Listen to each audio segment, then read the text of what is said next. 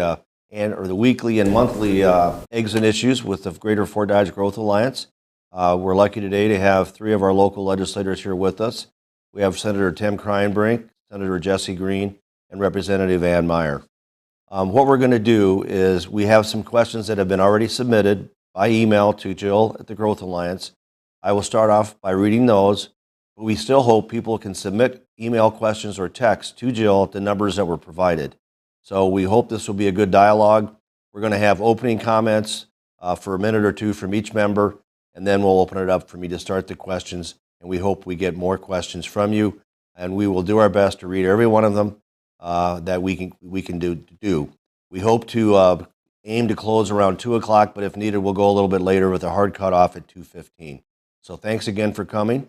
And I think today I'd like to start with Representative Ann Meyer for opening thoughts and how the first few weeks of session have gone. Hi, again, Representative Ann Meyer. I serve on the Human Resources Chair, which is the Health Policy Committee of the Iowa House. I also serve on the Health and Human Service Budget Committee, which funds the policy that we pass in HR. I serve on Transportation, State Government, and the Appropriations Committee. We have had a very busy first 3 weeks. We have run a lot of good policy bills so far through the Human Resources Committee, which I'm very proud of. We have reintroduced the child care bills from last year, so we are addressing the child care cliff, which is the child care assistance. If someone is receiving child care assistance, they mainly we're working on bills to increase health care access, and that's both physical and mental health throughout the state of Iowa. That's my main priority. We're going to be attacking that from several different angles, and I am really happy with the progress that we've made so far in the committee. So I look forward to the next, to the rest of the session, and I look forward to your questions. Thank you, Ann. Now we'll have Senator Jesse Green give his opening thoughts and updates from the first few weeks. Yeah, well, thank you guys so much for putting this together, and yeah, it's quite the experience. It's all new to me, and I got a full plate. I'm on all together, and so far in the first few weeks, the most active committees I've been on is labor, a little bit with natural resources, and we had our first human resources meeting as a committee here a few days ago. But anyway, I hope next week Ag and Natural Resources will be having some more meetings. There's some issues that are on front and center for me personally that I saw through the campaign that I feel need addressed. For example, more competition within the meat industry. We're talking about setting up a possible grant that existing lockers can tap into to expand their businesses and hire more employees. And I think it's a great bipartisan way to address one of those issues. Of course, if you've heard me talk at all, you've heard me talk about the bottle bill a little bit, and that's a fun little policy that it seems like we keep kicking the can down the road, so to speak, and I think it's time that we address that bottle bill. But of course, in labor, I'm vice chairman, and last week we pushed out a few fun bipartisan bills, and that it flew through subcommittee pretty easily. And I'm hoping that next week we'll be able to amend a couple of them, and I'll kind of explain that further. I'm guessing there'll be an opportunity to explain that further, what we're doing there. So anyway, it's an honor to serve you guys. It's been an amazing experience, and I look forward to your questions. Thank you. And now we'll have Senator Kreinbrink give his opening comments, and then we'll open up the questions. Well, thank you to the Growth Alliance and Iowa Central Community College for providing this room and also the live feed today for everybody that's watching. A little bit of change for me this year. Senator Breitbach had retired from the Senate last year, so that opened up the state appropriation chair for the Senate. And so I was chosen and very honored to be chosen as the state appropriation chair for the Senate for the state of Iowa. Pretty much means that every penny that's spent out of our $8 billion budget somehow comes through me and then goes back out into the different committees, appropriation committees to be spent in the state of Iowa on making Iowa a better place. I also have the privilege of serving on the Education Policy Committee, as well as the Transportation Committee. Probably due to the election that happened in Senator Miller Meeks' area down in southeast Iowa, and her resignation from the Senate, the Iowa Senate, and now being a U.S. Congresswoman. The special election happened on Tuesday, and we had a Republican victory there with Adrian Dickey winning that spot, and he actually owns his own trucking firm, so it probably makes sense that he would be on the Transportation Committee. And so if they were looking for volunteers, and they asked me if it would be a strike against me if I was asked to get off that committee and make room for Adrian, and I said I'd be honored to help him out and find a committee for him. But sounds like you have enough committees, you could probably give him a couple too. So, Yeah. But 8 committees is a lot of committees, Jesse, Yeah. and I commend you for kind of diving in and doing the yeoman's work there too. So, but the appropriation does take up a lot of time because, you're trying to be fair, with the appropriation of our tax dollars throughout the entire state of Iowa and hitting every appropriation committee. So it's an interesting, and actually I like it because I like working with money and talking about money. So it's kind of a good spot for me to be. So look forward to your questions as well, and we'll turn it back over to Jim. Thank you very much. The first question that we had submitted before this morning started is related to N95 masks. So many people are wearing very ineffective masks, and if the state could provide masks at work during the next 6 months while the vaccine is being administered, we could really reduce the spread of the virus. In the long run, it would be much less expensive to give people N95 masks than all the medical costs that would be incurred if more people get the virus. Have you had any discussions, any of you, related to masks and N95 specifically? I have heard that conversation about the N95 masks. First of all, they are definitely more effective. When we're seeing patients in the hospital with COVID, we would never go into a room without an N95 mask on. That said, we don't have a great supply of those yet, N95 masks. And I think it's most important to keep those available to our healthcare workers. The theory behind masks, the cloth masks that we're all wearing, is it's not going to protect you fully if you come into contact with a COVID positive person. But if you're wearing a mask, they're wearing a mask, it offers 2 levels of protection. So you're not spitting when you're talking. You might not sneeze or cough into the room, and we've all seen the diagrams where the masks stop the transmission of larger particles and moisture. Are they perfect? No. We do have some data, though, that even the cloth mask that we're wearing or the surgical disposable mask are effective. So no, we are not talking on the state level right now to provide those to all citizens. One more thing about the N95 mask that you should know is just putting on an N95 mask isn't the silver bullet. Those have to be fitted to you, and you have to be tested. When we do that in the hospital, we're fitted with the mask, and we do special testing, either smoke testing or smell testing. So I don't know how we would do that on a large basis. My prime focus for everyone, if they will take it, is getting the vaccine program rolling. That's what's going to protect us all. I'm lucky enough to have been, I've received both of my vaccinations. My second shot was 2 weeks ago. We know that provides 95% efficacy for protection. And we are working on getting more doses from the federal government. And we just had an announcement this week that we are going to be receiving more doses from the federal government. We still don't have enough for everybody. That's why we have the priority levels. We're just finishing up the 1A phase, which includes all healthcare workers and nursing home residents, because we know that those guys are the most vulnerable. February 1st, it opens up to the 1B group, which is going to prioritize teachers, because we know we want to get those kids back to school, and so we need our teachers vaccinated. And it's also going to prioritize Iowans over 65 years old, and then it will move to essential workers in the food chain, in several areas, and then once we hit that phase, we'll move on to the next phase. I don't suspect that we'll hit the general public for at least 2 or 3 months.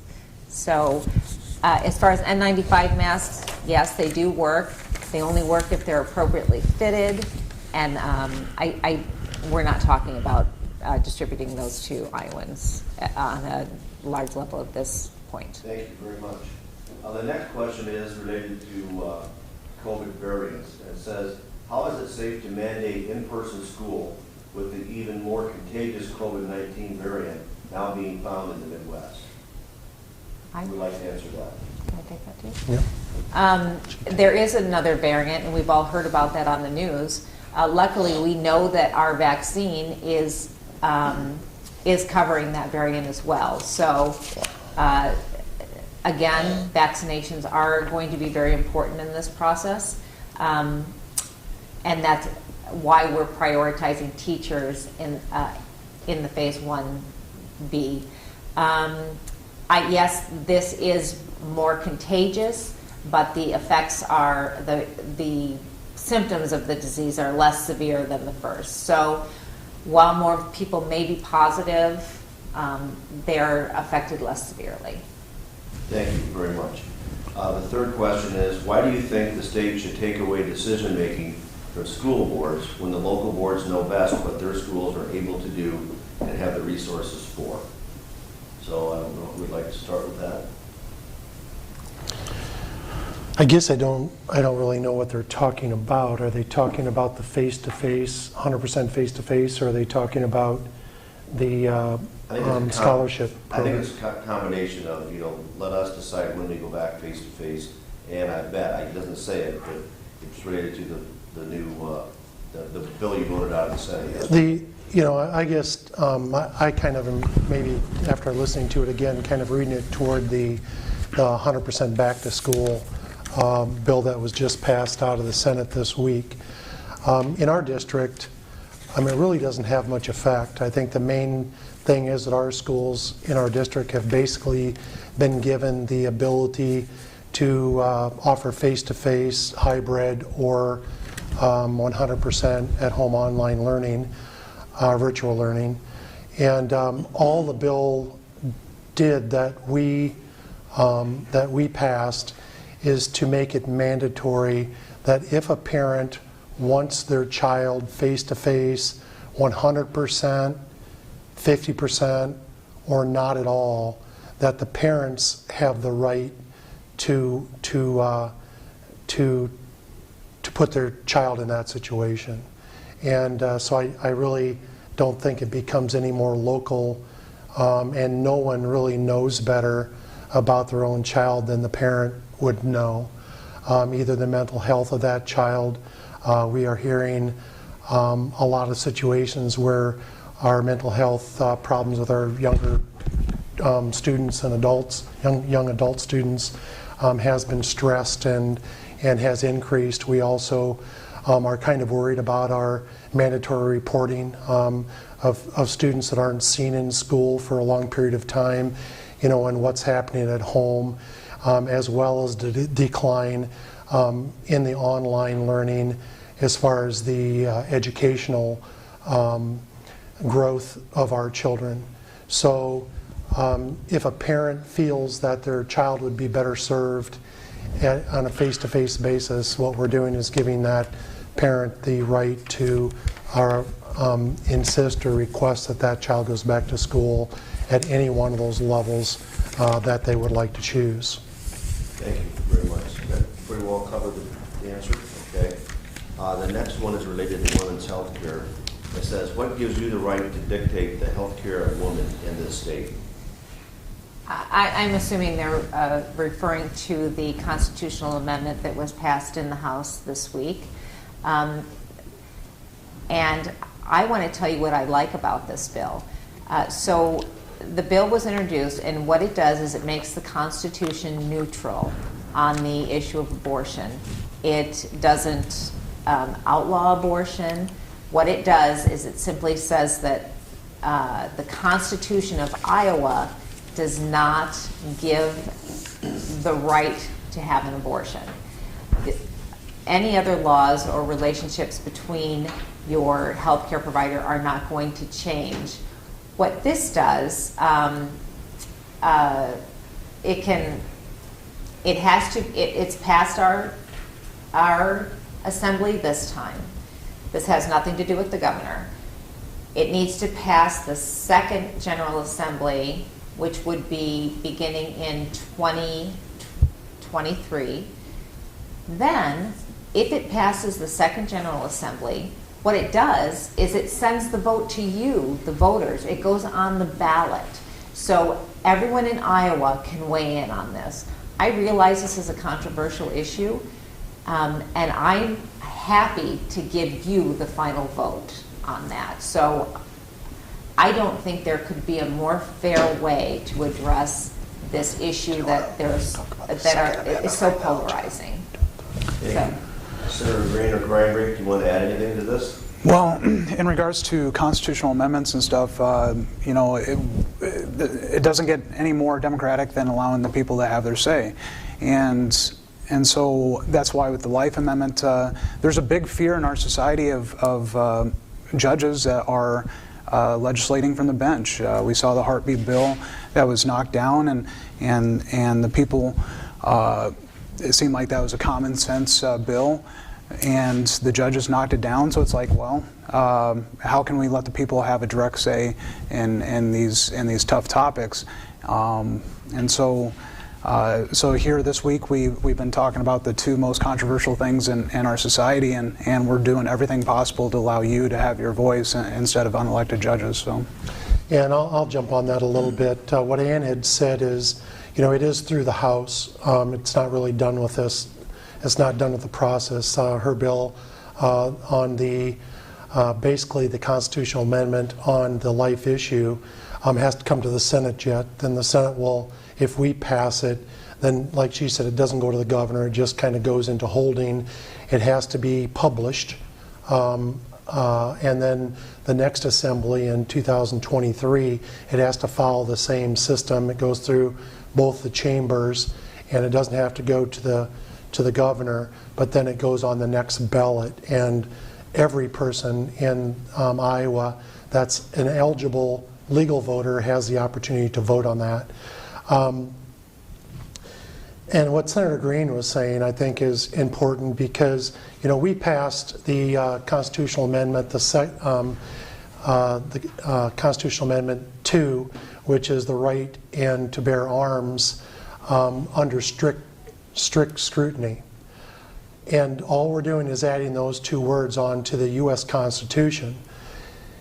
A lot of people say, well, why don't you just use the U.S. Constitution? Why don't you just use the U.S. Constitution? And it's kind of interesting down there. The Democrats ran a bill or an amendment to our bill that just want the U.S. Constitution to be the Iowa Constitution on the Second Amendment. And it's interesting, the reason why we said that isn't good enough is because in Washington, D.C., there was a person, I think it was Heller versus Washington, D.C. The Washington, D.C. district said that he didn't have a right to have a gun in his home. He knew he couldn't carry it on the streets, but they told him he didn't have a right to keep it in his home. So he sued, and it went up to the Supreme Court, the U.S. Supreme Court, and the decision was a 5-4 split. So there are 4 judges in the Supreme Court at that time that interpreted the U.S. Constitution that it didn't mean that that person had the right to keep and bear arms. Well, if there's 4 judges that said he didn't have the right, and there were 5 judges that said he did have right, then there's 4 judges that are interpreting the U.S. Constitution incorrectly. So when Iowa wanted to put it in their Constitution, we felt we had to add the 2 words strict scrutiny. Strict scrutiny is the highest level of scrutiny that judges have to look at. There has to be compelling reason why that is not a constitutional amendment. And so we felt that it's very important to have those 2 words in there, especially when you had 4 activist judges that were willing to interpret the U.S. Constitution differently than what we felt it meant. So that's what's happening. We're finding judges that will go in and pick one portion that has nothing to do with abortion or guns or any other, or freedom of speech. That's the next thing we'll probably have to address. And twist it in a way that they interpret it out of this section to say this. So that what it forces a legislature and the Congress to do is come back and strengthen the Constitution when we shouldn't have to, but apparently we have to. So I don't care if you're for an issue or not, by passing the constitutional amendment, it takes the vote out of the hands of 151 elected officials, 50 senators, 100 representatives, and 1 governor. And it puts in the hands of 3 million citizens in the state of Iowa. So if you're saying what gives us the right to make a decision for women, I guess my answer would be, this has nothing to do with abortion other than we're saying abortion, the right to have an abortion, is not in the Constitution of Iowa. That's all that bill says, and we are just voting to give the 3 million people in the state of Iowa the ability to say, yes it does, or no it doesn't. And if it passes one way or the other, 51 to 49, or 80 to 20, or 60 to 40, you really shouldn't be upset with us. You should be upset with the other 60% of the people that voted that it was wrong or right. So this is true democracy. When you do a constitutional amendment and you absolutely allow the people of Iowa to vote on an issue, that is democracy. That is the local level democracy as best as you can possibly get it. So I don't know if that's a drawn out answer, but I don't think you can have any other explanation of why we have to do some of these things that we're doing. Thank you very much. We had a question submitted that wanted to talk about and ask about, can you provide us an update and your thoughts on the bottle bill, and will reforms be coming forward? Who would like to start with that one? Yeah, I'll take that up. So the bottle bill, it was first implemented in 1978, and since then there has been no changes to the bottle bill. And it was interesting through the campaign before I won the primary. I had this idea that maybe we should just get rid of the bottle bill. Nobody's happy with it, so let's just get rid of it. And as I was talking to people about the issues, there's just so much support for the bottle bill, especially in the older generation. They saw in 1978 the change in behavior that came about because of the bottle bill, and so they were really passionate about it. But so what do we do? Well, where are we at? Why hasn't it been fixed before? Because there's so many different opinions on it, and it's hard to get consensus, and there's many different people that are interested in the outcomes of this bottle bill. So long story short, my personal opinion is through this that I think we should take it to 10 cents, double the handling fee, make all retail exempt, and that's what talking to all parties, the distributors, the grocers, and voters. But historically speaking, the bill that made it the furthest was a 7-cent bottle bill that also doubled the handling fee. And so currently where we're at with that is we're researching it out to see why was that bill the one that made it the furthest, and see what the last hurdle is to get it across the finish line. In that situation, you would see with doubling the handling fee, you'll see an increase in redemption centers. I would also like to see the unredeemed nickel of the cans that are just thrown away come back to the state and put it in like a recycling fund of some sort and use it for other purposes. But that's kind of a secondary issue. If we double the handling fee, take it to 7 cents, leave grocers exempt, I really believe most people would be pretty happy with that new bill. So. Thank you very much for the update, and I'm sure they'll come back with next days and issues. Yeah. This is a general comment, then you can comment after I read it to you. It says, will you keep your hands off IPERS? Are you going to do anything with IPERS? I can tell you in our state government committee, we have no plans to do anything with IPERS. Thank you. I guess I'd like to comment on that. I feel if we do anything with IPERS, we'll probably try to continue to make it better or more well-funded. I think we're in the high 80s or low 90s right now, and what I mean by that is that's the solvency of the program. To me, if you have a 90% chance of winning a game, I mean, you got a pretty good chance, but you know, if we can continue to strengthen the financial security and not become a whole lot more risky with our investments to keep it within the guidelines, I would like to see that up in that 95, 96 area. And what I mean by that is if every person that was eligible to retire on IPERS right now, it's about 89 to 90% funded. That means there's a 10% chance of that money not being enough, and which is higher than almost every other state. But I still think that we need to keep striving to make it stronger financially. You know, IPERS is an interesting defined benefit package. So really, by defined benefit, I mean by this amount of money, it's promising a certain payout at a certain age, and depending on what your income was when you were working. I know Senator Guth and I got a little bit in the weeds with this IPERS this summer, and he was very adamant that we should talk to our new CEO of IPERS that's just starting, and we have to actually affirm him or confirm him here shortly for the governor. But we were pretty adamant that we wanted to find out how much of IPERS was actually invested in China.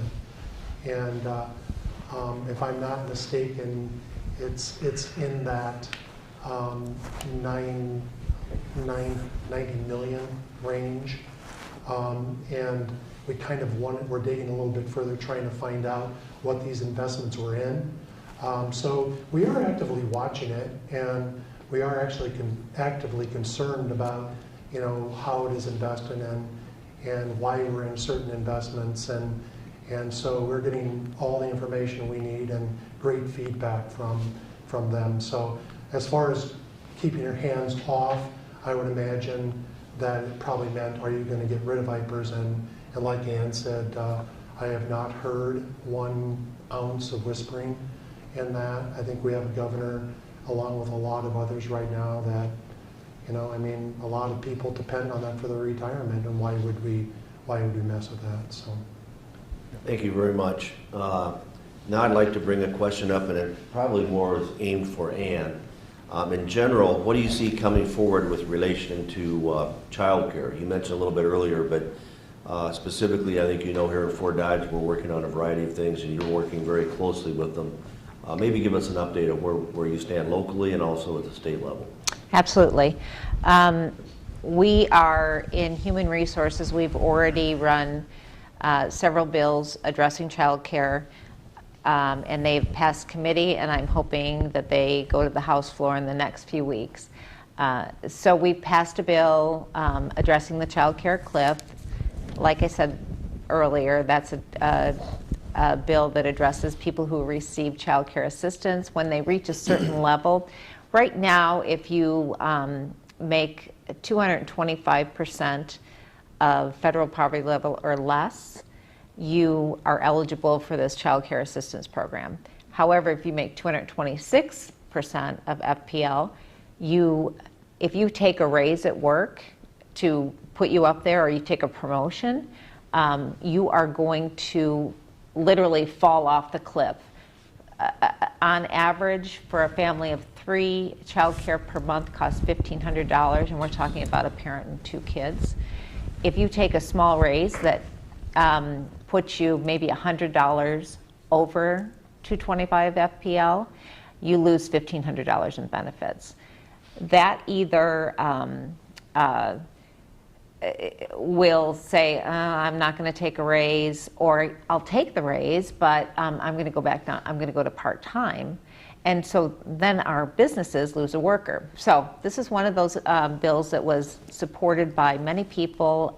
Again, I do have hope that it will pass the Senate this year and be signed by the governor. We're raising child care provider rates in the child care assistance program as well. Right now, our lowest rate is 35% of the current market rate. So that means for every private pay child care, if they're willing to take a child care, if the provider is willing to take a child care assistance, they're making 35 cents on the dollar. So if we're giving child care assistance to somebody, and when we're doing this because our unemployment is low, even after COVID, we're only 3% unemployment in Iowa. We need people to fill jobs. If we can't find anyone who will accept a child care assistance child, then it does no good. We're still not going to get those workers. One new bill we ran this year, which passed through committee this year, I've heard from several of you that it would be nice to be able to add 1 or 2 school-age kids to private homes, to private unregistered homes. And we thought that this was a good idea. Number one, if you could add a child to one of those homes, we'll fill one of the spots that we need. But maybe if someone says, oh, I can take care of 6 kids now, and again, we're not increasing the infants, we're just increasing school-age kids, we can, maybe I can make a go of this business, and maybe it will encourage people to open child care homes. So we did a little negotiation on this. My bill originally said we're going to add 2 kids to that. We're negotiating down to 1. And I know that I'm confident that that will pass the floor, and there's no fiscal impact on that bill to our state. We're also, if you listen to the governor's address, she talked about the child care workforce. We introduced a bill last year and reintroduced it this year that funds 2 evidence-based programs that have been working around the country that we do already have in Iowa. One is Teach, and that really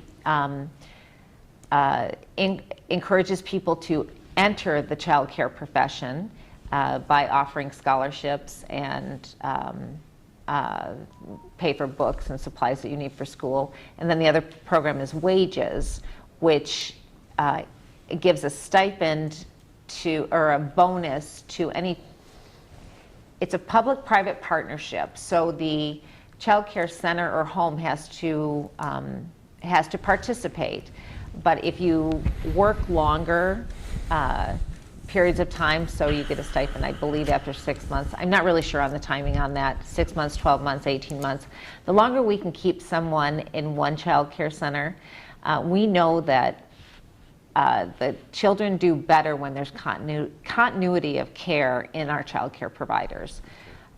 Those are the bills that I passed in Human Resources last week. I know my counterpart is working on my child care buddy is working on a few bills in different committees which offer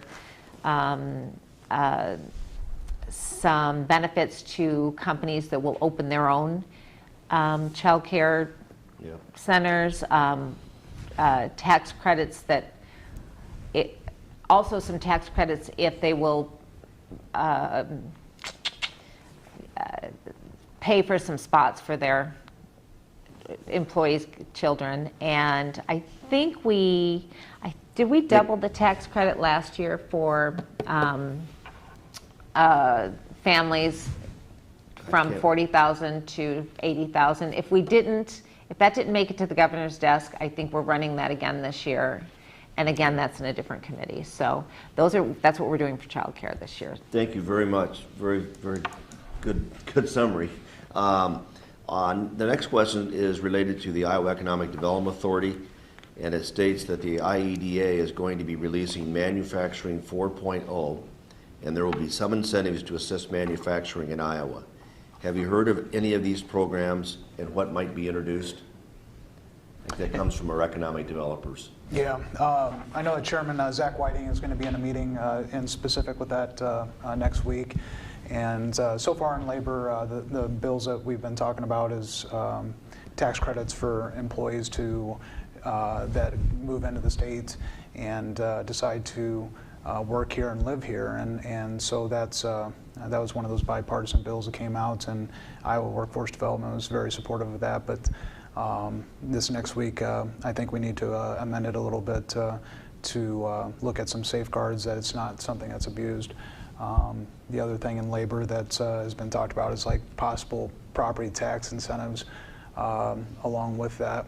And then the very first bill that came out was an adoptive parent bill where employers need to treat adoptive families the same as biological families.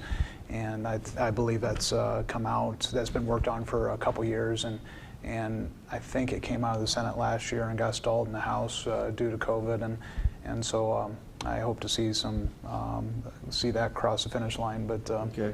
so Well, I know that the economic developers I've talked to, and even the community colleges, are very engaged with that, and any input or any information you can share with them, I know they would appreciate, as you learn what's going to be developed. Yep. The next question is related to COVID, and it says, can I please ask if they do a short PSA throughout the state showing people how to properly wear masks? There are so many people who don't cover their nose or keep the mask snug along the edges. Totally wasted effort. So is it possible to do a PSA either with members of the legislature, the governor, healthcare workers, et cetera? That's definitely something I can bring to Director Garcia at IDPH. Thank you very much. Good question. The next one's related to our state budget. Could Senator Kreinbrink give an update on state revenues? I'd like to know more about how business closures and other COVID-related impacts have affected tax revenues, both general fund and then also the casinos. Well, the RIF is actually the casino money that comes in, is used for various different things we know is going to be down, probably pretty dramatically. But yet the REC, which is a revenue estimating conference that met in the middle of December, is still showing our revenues for this coming fiscal year, not this year. This year we should end with about a $480 million surplus, even with what's happened with COVID. But next year we are actually looking at almost a 4% increase in revenue. And I've written or have had articles that people have asked me for different reasons why. And I think it comes from great leadership in the state of Iowa. It used to be years ago that how the farm economy went, pretty much that's how the state of Iowa's revenues kind of followed along. And due to the leadership and some of the things that Jesse was talking about, of maybe giving some property tax incentives or some tax write-offs for companies to come in to our state, we have grown our state and basically diversified a lot of our business, and our revenues are coming from different sources than just the rural economy. I'm not saying that farmers aren't important, but it's, anybody would say if they only raised cattle and that's all they were raising and cattle weren't doing well, they'd have a hard time making it go. So they diversify and maybe row crop farm and raise some cattle and maybe have some hogs, and they kind of diversify a little bit.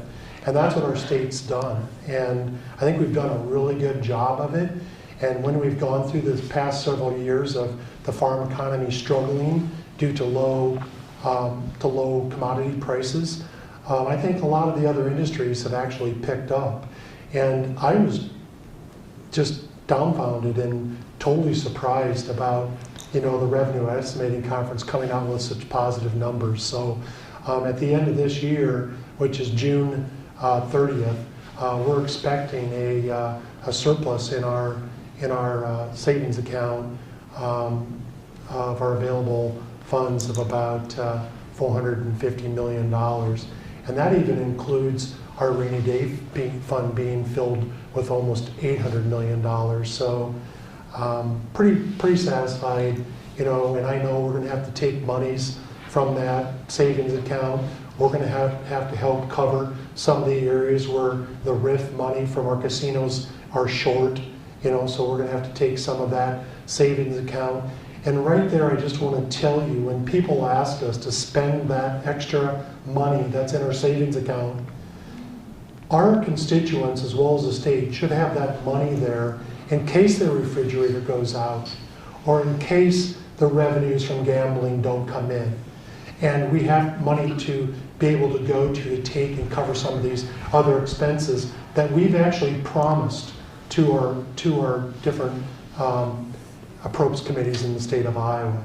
So I'm very happy that right now the state of Iowa is running their checkbook like normally fiscally conservative family would, and that's basically what the majority has done for the state of Iowa, and we will continue to do as long as we're in the majority.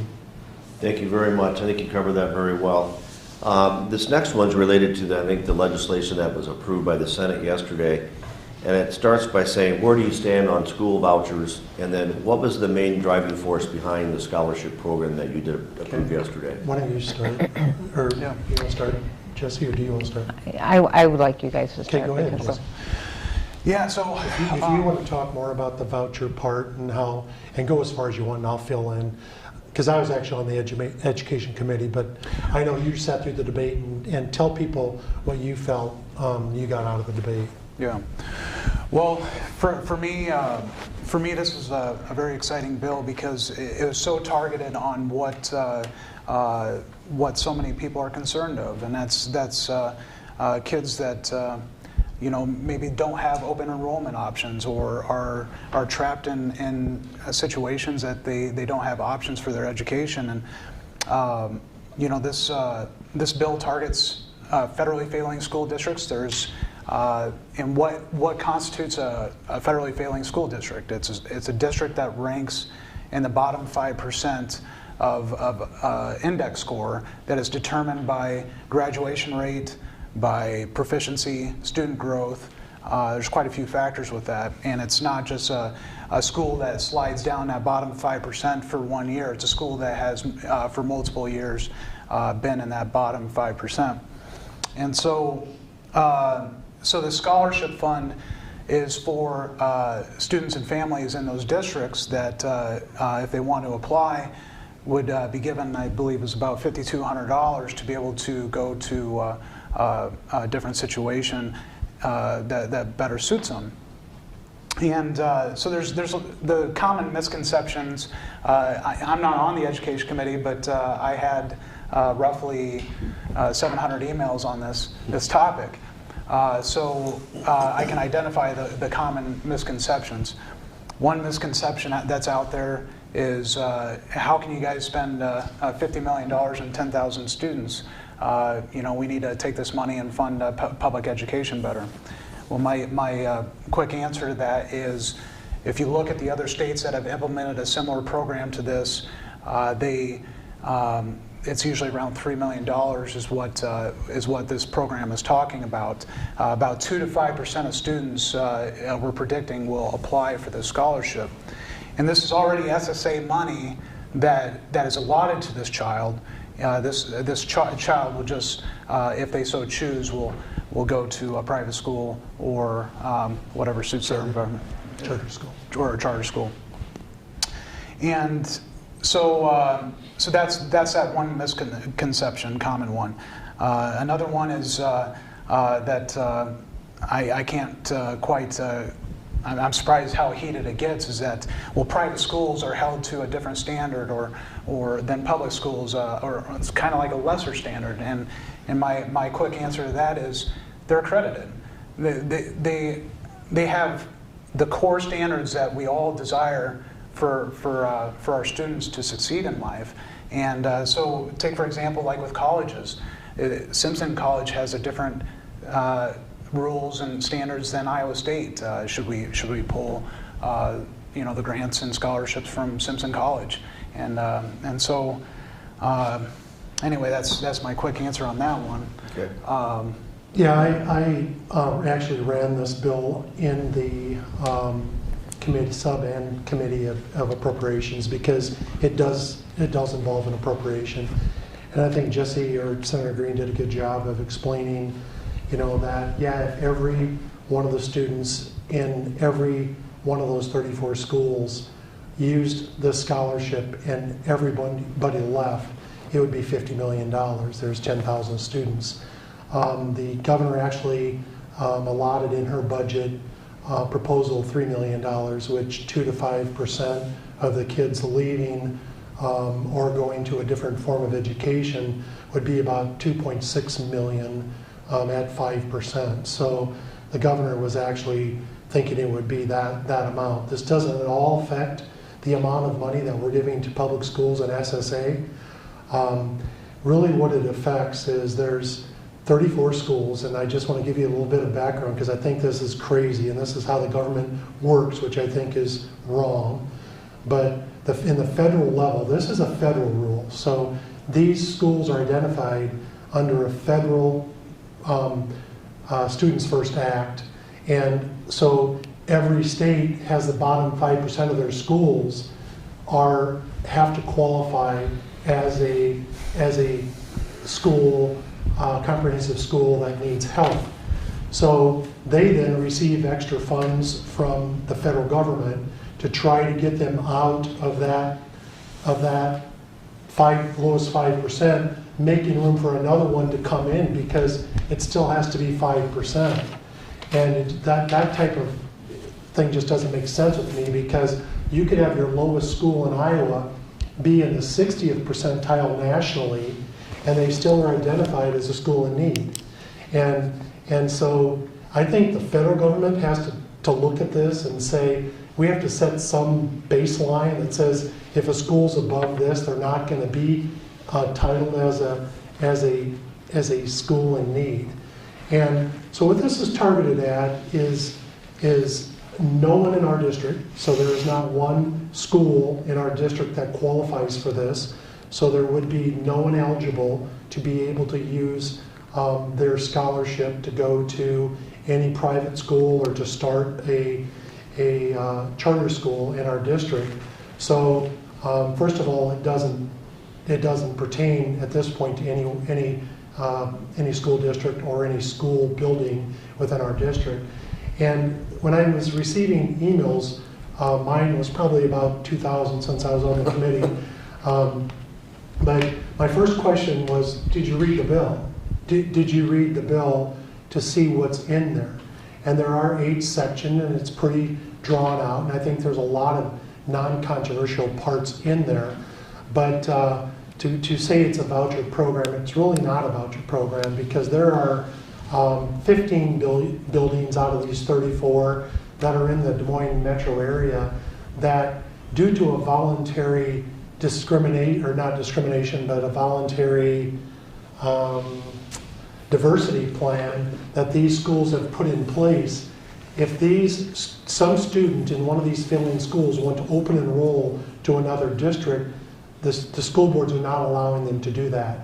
So these students are basically trapped in a identified failing school with no means to get out and go to apply to another school, which our districts in this community and around all allow open enrollment. So if I wasn't happy the way my child was being taught in a certain school, I have the ability to apply for open enrollment and go to a different school. So that's another reason why this doesn't apply to us.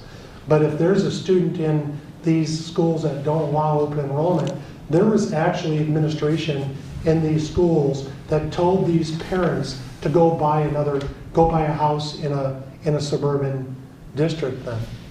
Well, if these parents don't have the means or the ability to go buy a house in the Waukee or Ankeny or Johnston district, really what good does that do? Also, another thing that I found out that was very alarming is that this past year during COVID, the Des Moines districts did not allow any sports to happen. So there are seniors that were playing on sports teams that were looking to get athletic scholarships to maybe Division I schools that had no way of playing their sport this year.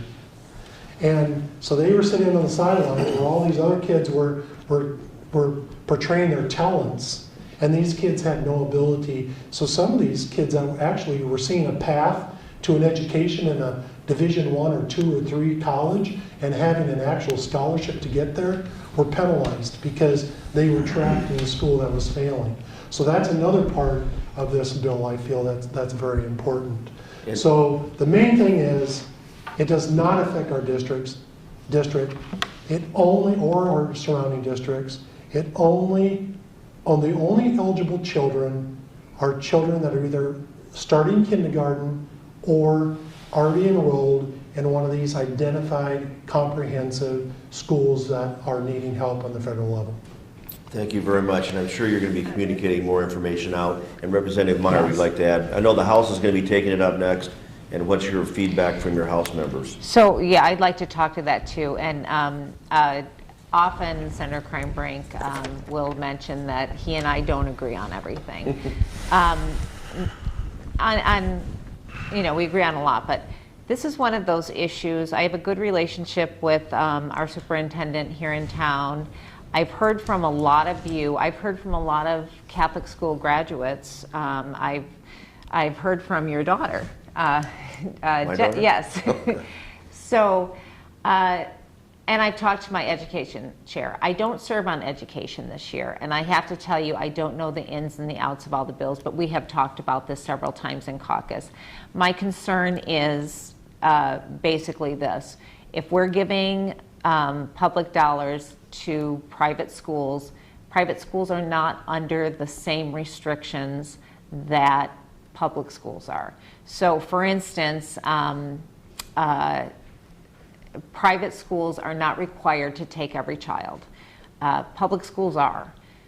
If there's an issue at a public school, they can dismiss them from school. I want to make sure if we're giving those dollars to private schools that there are some equitable restrictions in place. The second thing that we're talking about, and this does not apply in our district, is the diversity plan. Exactly what Senator Kreinbrink said. We've got kids around the state who are stuck in a bad school. They don't have an opportunity to leave that school because there are different diversity plans put in place, and they won't take any more kids. So I'm concerned with that. And that, again, that doesn't affect our district. But that's also a part of this bill. This is a big bill. There are a lot of parts to it. But what I've heard about is mainly the voucher system. Those are my concerns with it. And I'm hearing the same concerns from a lot of my members in the House. So I have brought those concerns to our education chair. And unless we have some changes in the requirements of the private schools, I probably won't be supporting that. Can I just say one more thing? We got one more second for this comment and this subject, which is very important, and then we have time for one more general question, and then we're going to have to close. It's about 2 o'clock. We can go on. I have one more. I'm okay with that. No, go ahead. I guess a couple things is that the funds don't go to the private school. The scholarship goes to the student and the parents. And that parent then decides what school is best for their child. A couple things I think we have to clear up.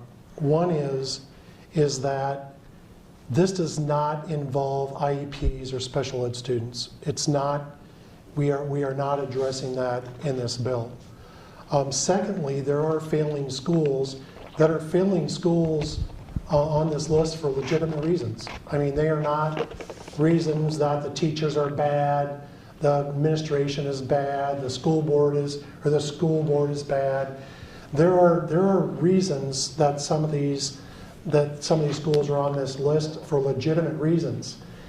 A lot of these schools that we're not talking about with the diversity plans that are put in, the voluntary diversity plan that are put in place, a lot of these people have already open enrolled their kids to other districts if they aren't satisfied with the education in that school district.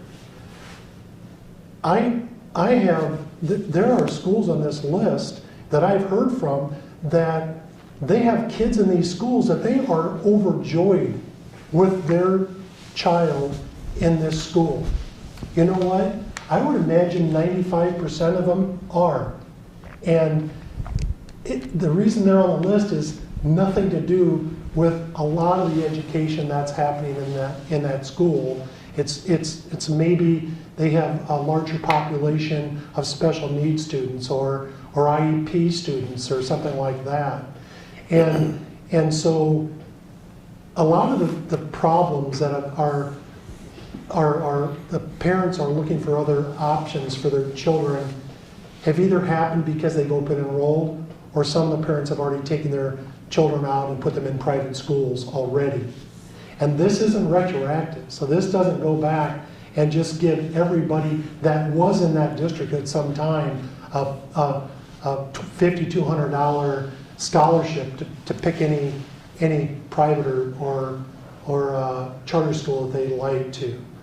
And so that's why I really don't think, I think a lot of the rural areas that we're receiving emails from that think this is going to close every rural school, I just don't see where that comes from, because a lot of those schools have open enrollment already, and the parents are satisfied that some of them have moved out and some of them have moved in, and they're satisfied with the education they're getting. Or you'd hear a lot more uproar, in the rural schools. So I have to differ with my colleague from the House that this money goes to the student and the parent. It does not go directly to a private school. And we're not talking about IEP students or special education students. What I've talked to the private school lobby is they would love to have as many as they can. They're not going to turn kids away. The only way they're going to turn kids away is if they reached capacity and they don't have any more room for kids.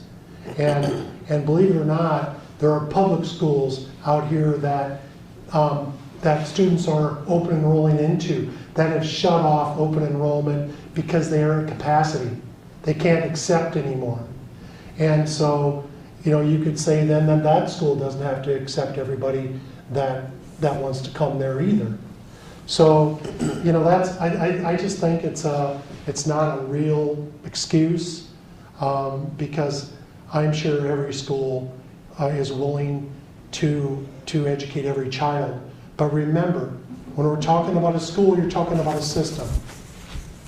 When you're talking about money taken away from a school, you're talking about money being taken away from a system.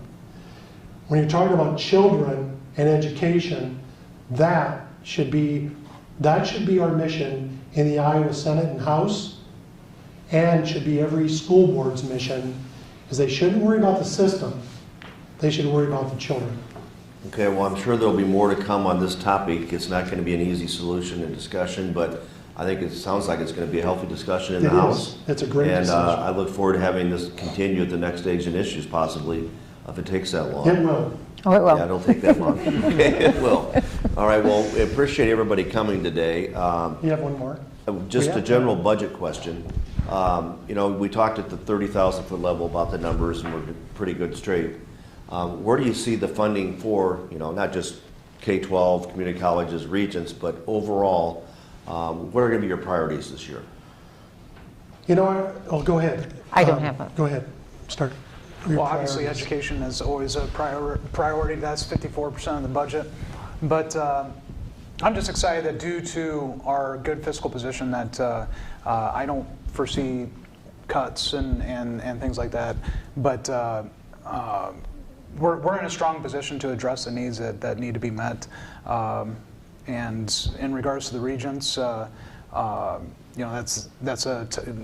year they received a cut, and I'm not sure what's going to happen with that. But I foresee the conversation is constantly a status quo budget that I hear about, and that's from my perspective. I have to defend myself because I was a vice chair of or co-chair of the education appropriations, and our region college did not receive a de-appropriation last year.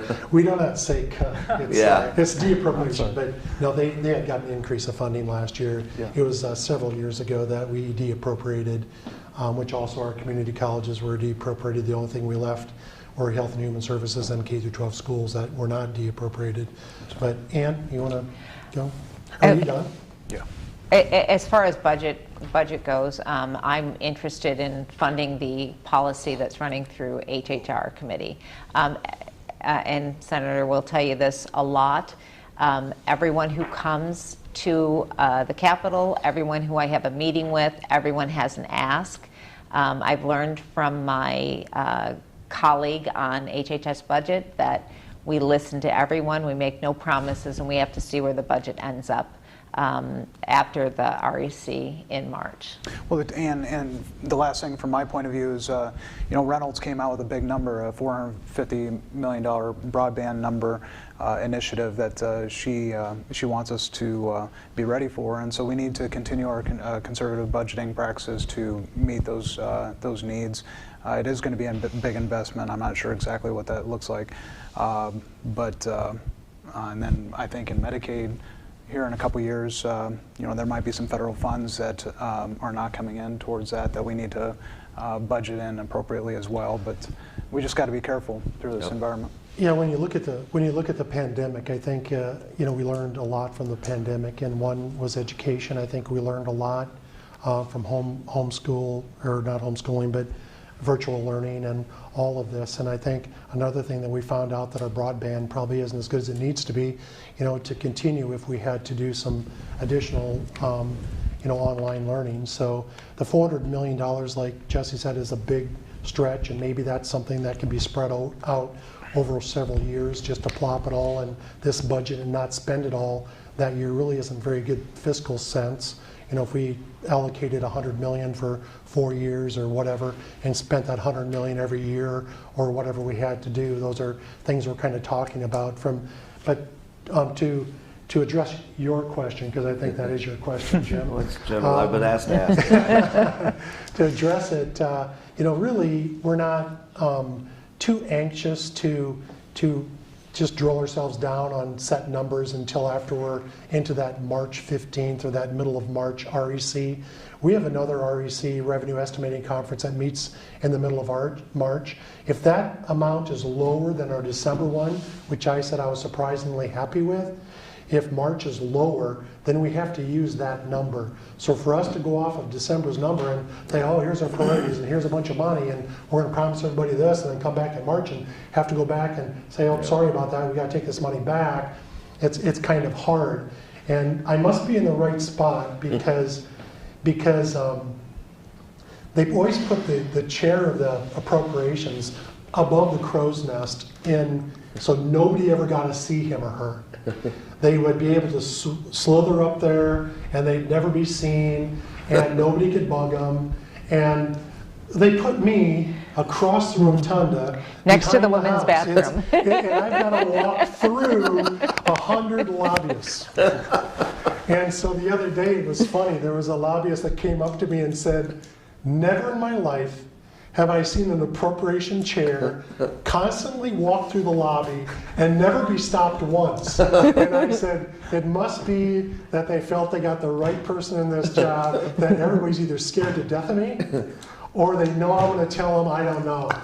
And so I appreciate, I'll give my closing here, I appreciate working for District 5, and I mean, you can tell all of us just by the amount of time, I sit here and watch Ann talk, and the way she explains bills and the way she's comfortable and the way she's engaged with her constituents is just, I mean, that's just maturity, and it's confidence from being where she's at and what she's doing.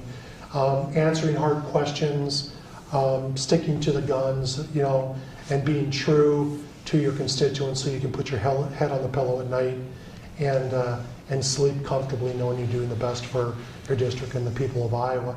And Jesse, I'm proud of, Senator Green, I'm proud of how you've gotten yourself up to speed and are diving in and you're taking tough votes, and maybe not tough because you're right in your wheelhouse. So I'm just proud of our caucus and look forward to negotiating with the House. That's always the next step, and like I said, I'm honored and thankful to be your senator in District 5. So Thank you, Tim. Jesse, you want to make closing comments? Yeah, sure. It's truly an honor. It's truly a privilege to be working with Ann and Tim and all the other colleagues. One of the most fascinating things for me is observing people, and down at the Capitol, it's just really neat to see all the different personalities and the different skill sets and different experiences that people bring to the table. One thing that's been special the last couple weeks is my favorite time of the day is first thing in the morning. I usually get there about an hour and a half before 9 o'clock, and it's about the only time I can find some peace and quiet. And there's a couple Democrats that show up about the same time, and I love coming together and having a cup of coffee with them and talking about their life experiences. And through those conversations, I've always been able to find something to connect with them on, and we have shared experiences despite being in completely different parts of the state. And there's down there, it's just everybody's in the same boat. We're trying to serve our constituents the best that we can, and there's so many different opinions, but I truly believe at the end of the day we have a common goal, and we need to continue on that path. So thank you so much. You. Representative Meyer, want to make a closing comment? Yes, I agree with both of these senators. I am very honored to be here and serve you. My number one priority is talking to constituents and taking your opinions. We don't always agree. I don't always agree with you, but I'm your voice, and I have to bring all of those things down to the Capitol. As far as bipartisanship, I sit next to one of my good friends in the House, and she's a Democrat from Des Moines. We are on the same page about just about everything. So I agree that making those relationships across the aisle is very important to pass good legislation for everyone in Iowa. Again, thank you for putting me in the position I am, and please continue to reach out to me with your questions. Thank you very much. Well, thank you all for joining us. Thank you, members of the legislature. We had a very good discussion. As everything in COVID, this eggs and issues process is evolving. So we hope to be back a month from now, and we hope, if it's possible, but likely not, to be in person because of the COVID restrictions and not lack of vaccine. So we'll probably do another virtual one. We just have to find a mutual time that works for the members and the Growth Alliance in Iowa Central. So Jill, thank you very much for the Greater Fort Dodge Growth Alliance help. Todd McCubbin, Chair of our Government Affairs Committee.